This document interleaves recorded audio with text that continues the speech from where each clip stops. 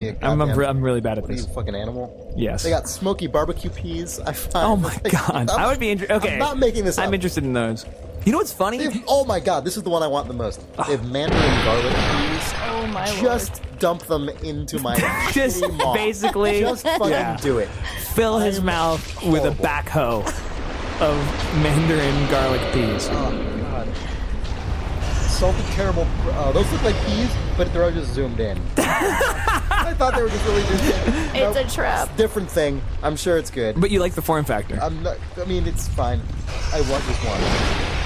I think the color is too. I wonder if Dear they'll- Nature Box, you think send if we- peas, please. You think because we have a relationship with Nature Box now that they would put together a custom pea, the Idle Thumbs pea box? Actually, that's how I say it. Pea box? Maybe not a good idea. Never mind. I don't know. Thanks, Nature Box.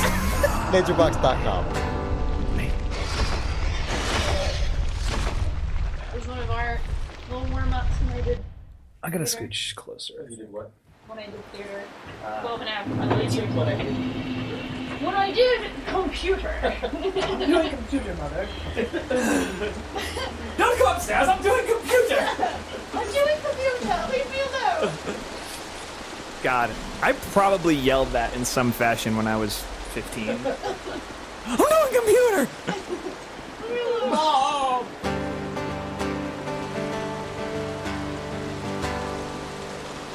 You're doing this the wrong way. This is really fun. Yay, Get good it your job. way. Good job. You're like the Burger King, The Sneak King. the sneaking king. Oh. It's really telling that your cultural reference was Sinatra and mine was Sneak Burger King. Shocking because just earlier today. you said- No. I said I'm glad my reference was Oh, right. Sinatra And- and yours was Ken Levine. And then you said fuck you, and I said it's okay, Chris. I know you're a gamer. That's why I said fuck you. Brutal. You're a gamer. You're one of the best gamers I know. You're like a pretty serious gamer. I would just call you a core gamer. Chris Remo, core gamer. Brutal. Core Talk gamer. about what a- Core gamer and Chris Remo is actually an anagram. Don't even look at those letters or words. Distrust that they are. It's obvious. It's too Just obvious. no. It's too obvious I need that to Chris Remo verify. is just an anagram of core gamer. It's not important to look at the letters or count them or I want to talk a reorganize little them. bit more about Doge 2048 this week. If you open your mouth about Doge 2048, that's it. That's it for me. It's worse than Spelunky. I didn't talk about this in South Park, but I think the biggest redeeming quality, not redeeming quality, the biggest selling point of this game is that you feel like a little kid. You fucking feel like a kid walking around your hometown. You fucking feel like a That's- You're kid. gonna Really? fucking feel like a kid. It said on the box. Feeling you like a feel kid. like a kid walking. Like it starts in your room, and you're just like up, walking around your room, Really cute. and it just feels like being a kid. And they do this great thing at the beginning where it's the first image is your parents talking to you about having just moved to South Park, and there's like some mystery there about why you maybe had to move. And they're talking at you and asking you questions, and it just cuts to your face that is just like, just like not Yeah. As responding. a And there's kid. no verb for responding. Your character never talks. You don't have dialogue trees or anything like that. Really? So, yeah. Huh. But it's perfect because they're like, so what do you think about that? And you're just like, and they look at each other and like, it's like, it's Yeah, right. basically how was school today sort of situation, yeah. and you're just like, and they're like, okay, just we're going to keep talking because we're up here with our parents and we love you. And it's perfect. It's like perfectly done. And from Jump Street, that first interaction, to just walking around like rifling through stuff and like parents telling you to go outside and play with your friends and like go make friends and like go do this and go do that and like you can't come in here, you can't do that, no way you can do that. It's like you forget that it's just the perfect conceit for, because there's adventure game stuff in it obviously. It's like, oh, go do this thing for this guy, get this thing. It's RPG missions. It's the perfect conceit for that stuff where it's like, oh, I can't go there because of my shit bag and nobody gives me any respect. It's really appealing.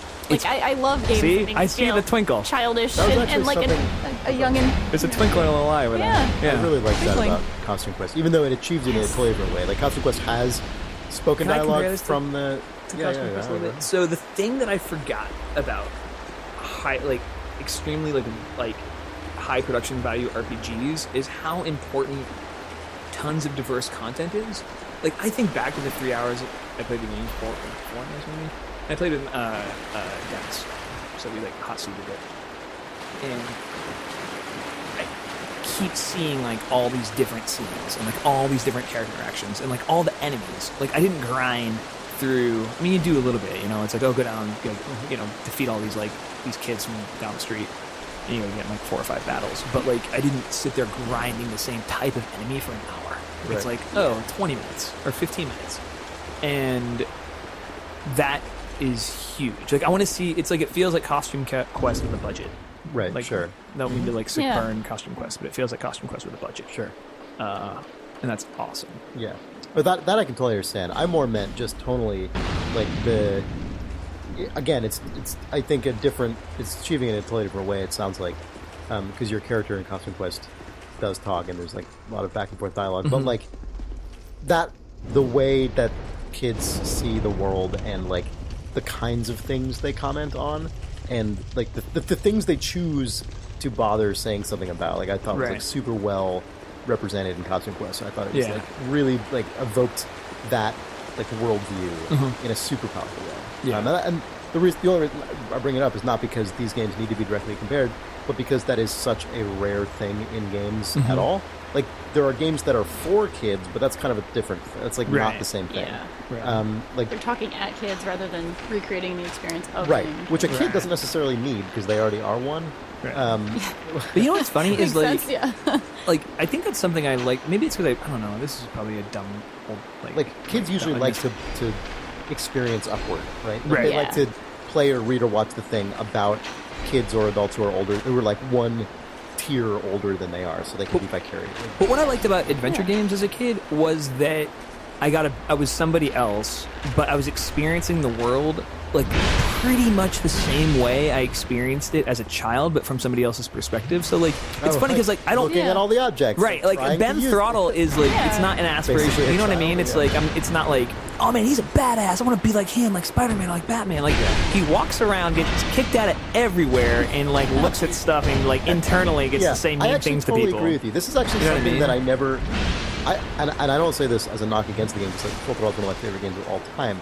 But that was something I never quite agreed with. Like, you know, when Tim would talk about Full Throttle, he would talk about how he wanted to make this game where like you feel like a badass and like you know, like are this like imposing figure and blah blah blah. That's totally fine if that's like the thing that he like. That's where he was when he made the game. Like that's fucking great. I think it's an amazing game. It's super well written. But it definitely never quite felt that way to me.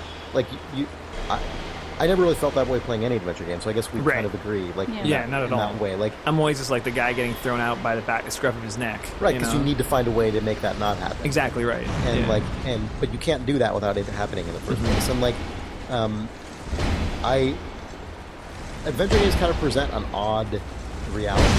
They kind of present a version of reality that doesn't actually exist, and that adults usually don't actually interact with the world that way. Right. But also, I didn't really care, and I still don't really care. Well, as a kid, it just made sense that there was just another living thing that had to go through the same shit you did. It was like, oh, I can't go in there. You can't do that. No, you want this? Too fucking bad. You can't have it. Give me that thing. Oh, you got the thing. It's not yours anymore. Right. Like, you know, like you can have this Apple Core and you can have this whatever. This other thing I don't want. Now put them together. I don't know. You know what I mean? It's the Play with exact same that. thing, Yeah. except you're like, you know, a talking dog or whatever in an adventure game, or Guybrush Threepwood. But Guybrush always just feels like that's the thing that was always really magical about Guybrush, is you just feel the way you felt when you were a kid, but he's still He's explicitly experiencing that. yeah.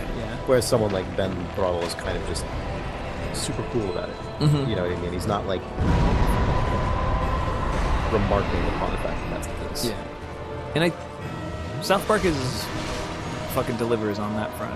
Like, it's also amazing to just go into every building in South Park, which you can do, and just who the fuck's in here? Oh, there's that guy from that one. Maybe I don't know if this person's from an episode, but it got to the point where I was going into places that I couldn't remember had ever been in the show or not. But it just felt like, oh, this is probably from an episode I didn't see or something, with a character who was completely fleshed out and had their own thing, and like their own thing that they were like mad about or, you know, pissed off about in their own personality.